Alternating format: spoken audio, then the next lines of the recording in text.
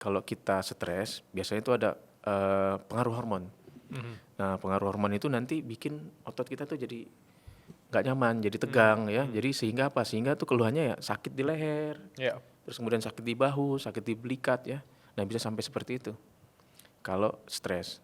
Tapi secara langsung ke saraf nggak gitu. Tapi apakah spesifiknya misalnya dari leher tersebut itu pengaruh juga ke otot dan lain-lain? Bisa. Jadi kalau problem di leher itu sudah pasti dia bermasalahnya nanti ke daerah yang didistribusi sama saraf tersebut. Contohnya misalkan saraf leher. Saraf leher itu nanti dia mempersarafi daerah-daerah tubuh kita. Contohnya di mana? Di bahu, di leher, di belikat belakang, sampai ke lengan. Jadi kalau ada keluhan nyeri di belikat itu belum tentu karena otot. Ya. Mungkin ada masalah di tulang leher atau di saraf leher. Begitu juga di pinggang. Kalau misalkan ada nyeri di betis ya, itu belum tentu karena nyeri di pantat paha betis. Atau ada kebas di telapak kaki, itu bukan karena masalah di kakinya, mungkin ada masalah di sarafnya, di tulang belakang. Jadi saraf itu dia ada kumpulannya, kalau kumpulannya ini bermasalah nanti daerah di bawahnya itu akan bermasalah. Gitu. Dia nggak dapat aliran listrik sarafnya. Ya, ilmu baru. Apakah benar kalau ketempelan itu ada hubungan dengan saraf? Oh, nah ini di beberapa daerah ya, khususnya mungkin di Jawa ya, itu masih ada mitos. Jadi kalau sakit di leher ya, atau bungkuk ya, itu dibilang kita lagi gendong tuyul. Itu tuh, Nah, itu paling sering dengar tuh. ya. Jadi kalau ada nenek-nenek atau kakek-kakek agak bungkuk dikit, itu dibilang tuh ada tuyulnya tuh. Gitu. Atau sakit pinggang. Atau sakit leher, ya itu masih ada yang nganggap itu wah ini saya dapat kiriman. Saya masih dapat tuh Ya, pasien. ada orang pakai tiba-tiba. Ya, ada paket ekspres kirim ya tiba-tiba sakit gitu. Masih berpikiran seperti itu masyarakat kita. Gitu. Atau yang paling lucu lagi kebiasaan masyarakat Indonesia tuh kalau sakit di tengkuk ya di leher seperti saya bilang tadi di bahu, di leher atau di kaki, pantat, paha, betis itu masih menganggap itu asam urat.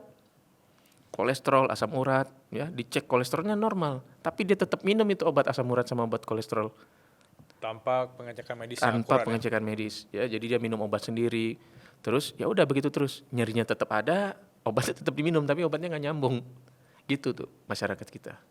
Jadi memang masih minim informasi ya, informasi sama edukasi ke masyarakat tuh kita masih kurang tentang saraf kejepit. Kalau misalnya orang bangun tidur terus ngerasa bahwa gue ngeliat makhluk halus nih bisa, terus tiba-tiba dia nggak bisa gerak gitu loh. Oh iya. Itu gimana tuh dari kacamata medisnya, Dok? Nah biasanya nih paling sering tuh salah bantal. Iya. Nah, tadi seperti saya jelasin sebelumnya bahwa salah bantal ini itu penyebabnya karena lehernya itu terlalu nekuk. Jadi bantalnya ini terlalu tebal, tinggi, sehingga dagunya ini tuh nyentuh ke sini. Nah, kalau itu dilakukan berjam-jam, maka otot kita akan sakit, akan keras, tegang. Bangun tidur pasti sakit. Bangun tidur pasti, wah saya salah bantal. Padahal bukan bantalnya yang salah, posisi tidurnya yang salah. Ya. Dan bukan karena ngelihat jin deh. Gitu. Jadi memang tidur itu baiknya bantal itu jangan pas di tengkuk, ujung bantal ya, jangan di sini tapi agak ke bawah sedikit. Sampai Bantal ke bahu. itu harusnya ke bawah sedikit. Ya. Supaya lehernya Kepala itu kita nggak agak ke ketekuk. atas. Ya, betul. Oke. Jadi kepala kalau bisa agak ke atas sedikit, supaya lehernya nggak ketekuk. Supaya kepalanya nggak ketekuk, sorry. Kalau urusan lihat makhluk halus itu urusan belakangan lah ya. Itu belakangan. Yang penting bantal lu udah benar. Bantal lu di sini. Alright, Dok. Seru sekali hari ini. Sebelum kita tutup obrolan daging ini. Dok, the worst advice yang pernah Dr. Faisal terima. Oke. The worst advice yang pernah saya terima itu ketika pasien datang berobat ke saya, keluhannya udah lama nih, misalnya udah beberapa tahun ya, tapi dia baru datang.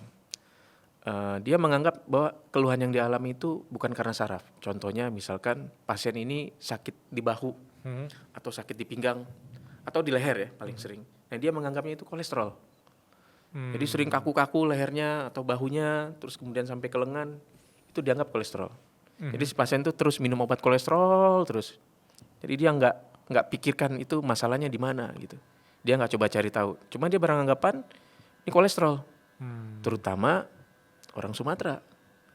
Dari Sumatera mungkin dia beranggapan wah saya banyak makan santan Daging, gitu, daging. Ternyata masalahnya bukan dari situ. Ternyata masalahnya itu di saraf. bukan karena kolesterol. Setelah dicek kolesterolnya normal. Hmm. Atau dia sudah minum obat anti kolesterol ya, kolesterolnya udah turun, tapi sakitnya masih ada.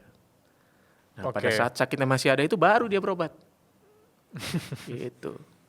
Iya. Aku aware sih dengan situasi di mana orang menyimpulkan sendiri sebelum tanya langsung ke ahlinya gitu ya. Sehingga mereka mikir, wah ini kata temanku kayak aku kolesterol. Dia langsung pantang sendiri tapi Iya. tanpa komunikasi sama dokternya. Dan padahal kalau komunikasi itu jalan keluar. Iya. Itu batu kita tarik dari tempat tadi pembuangan air. Ya, betul. Ya.